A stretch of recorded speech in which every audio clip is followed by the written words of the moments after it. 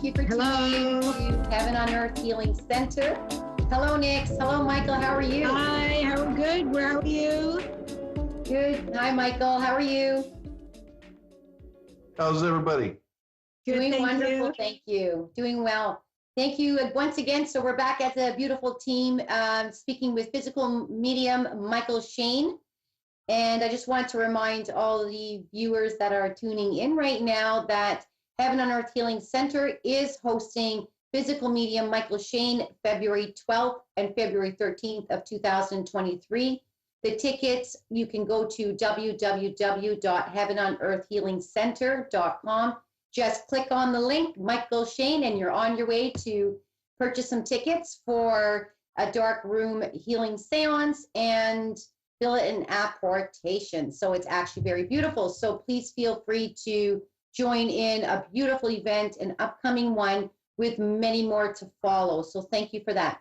So I just thought today we're going to keep continuing to learn and understand more about what physical phenomena is and physical mediumship is for all the viewers that are not familiar with physical mediumship. So today, Michael, we are going to kind of just go into a little bit of a different topic. I hope that's okay. And I thought maybe we would start by asking a few questions.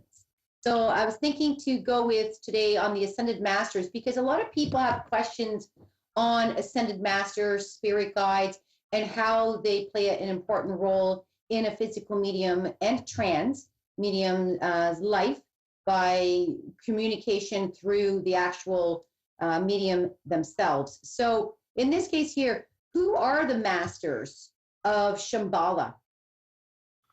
Well, there's 144,000 of them that are focused on this earth plane.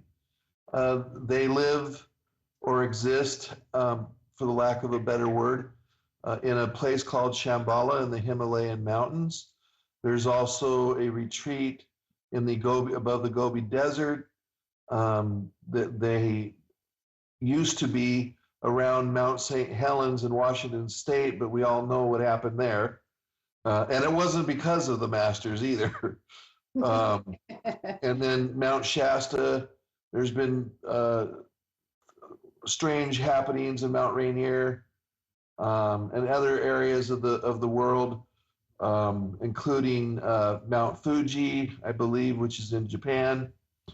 Why do they go to mountains? Well, if you go back even to the part of Moses where he, went up to the top of the mountain and spoke to the burning bush.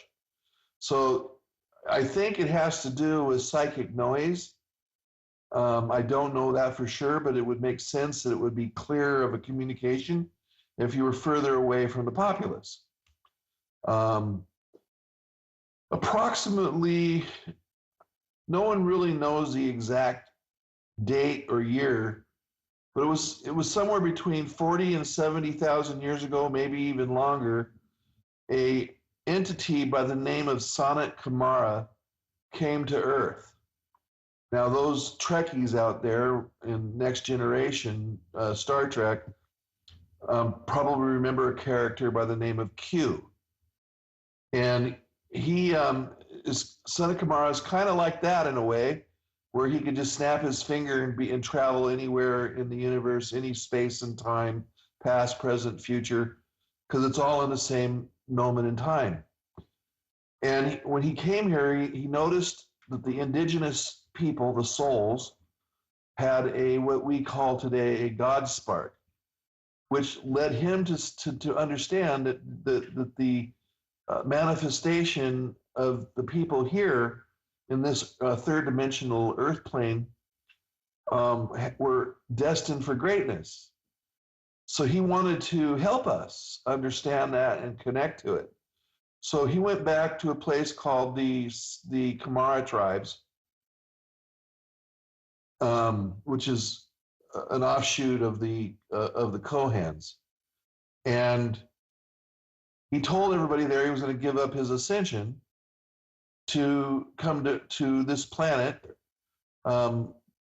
which was not called Earth. It was something else. I think it was Terra or something like that.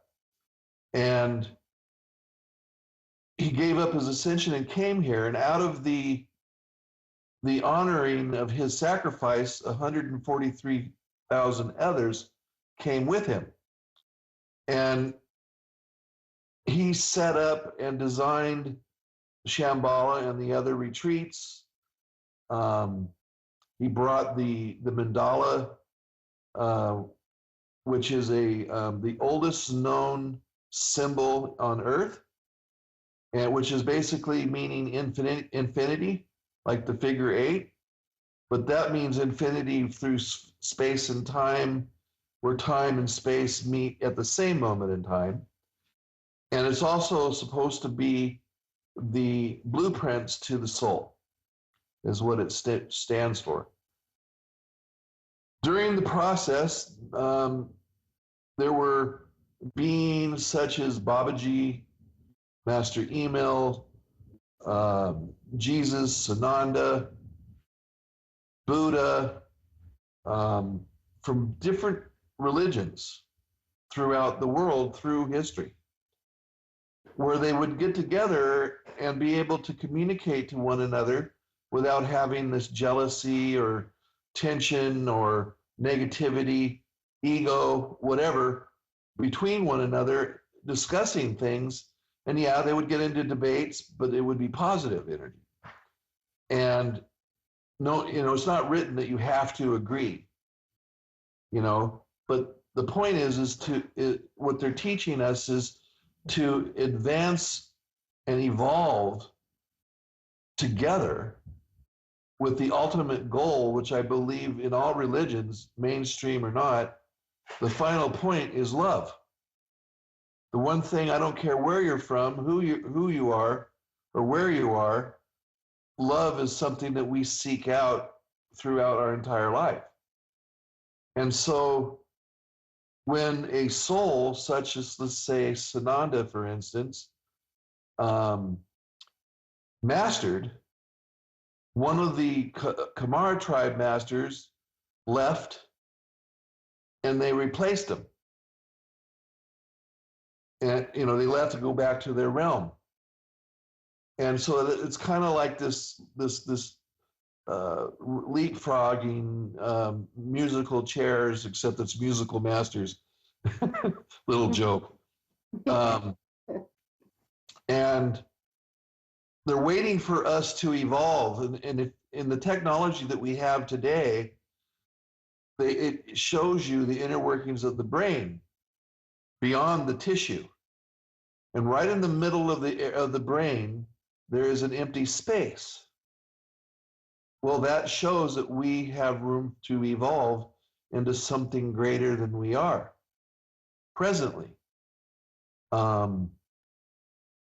And apparently this is a big thing in the netherworld, or the underverse, where we are evolving into something that God originally planned us to be, which is basically gods of our own, where we reach the Elysian fields, cross the Elysian fields, meet the known God, and from there we decide whether we're going to stay in the oneness of the source or move on and create our own universe and whatever life that we create from that. And it's an ongoing infinite thing, which has to do with the mandala and the symbol. And so, obviously I'm not suggesting that we are the God, but we're kind of like, when we were born through our parents, are we not an aspect of them at some level? So if God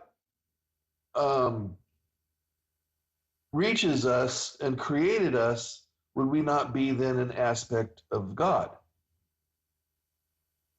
So that's the point. So ultimately, I wish I had more time, because this could go on. The masters are basically beings of higher levels of consciousness that are helping those of us on the earth plane to understand the concept of duality, the true meaning of love, and to evolve into light beings. Thank you very much for that, Michael. That was very beautifully spoken.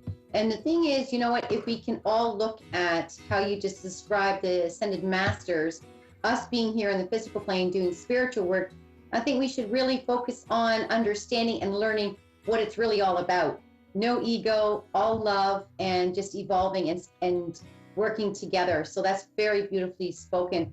And, you know, I have to say, I know we have 67 seconds left, that we were in the presence of physical medium Michael Shane while he was in trance, communicating with his Ascended Masters, Lady Nada and Katumi. And it was just beautiful. There's no words to describe when a physical medium is in trance, communicating with the higher beings. It's just amazing. So thank you for that. I know we're running out of time. We will follow up to another interview next week just to go into more detail about the Ascended Masters and how you work with them and what messages run through you. So thank you very much. Thank you very much, Michael. Is there anything else anyone has to quickly say before we come off? Well, I wanted to say that that I'm here in Chicago and I'm doing a series of events. One is at 7 o'clock double cabinet experience on Halloween night. And the way to get a hold of the individual that's hosting me is look up Julie Andriani on Facebook. Wonderful. Thank you. For anybody who wants to join in, please feel free to contact Michael for the upcoming events. Thank you for tuning in, Heaven on Earth Healing Center, and have a beautiful evening to all souls. Thank you.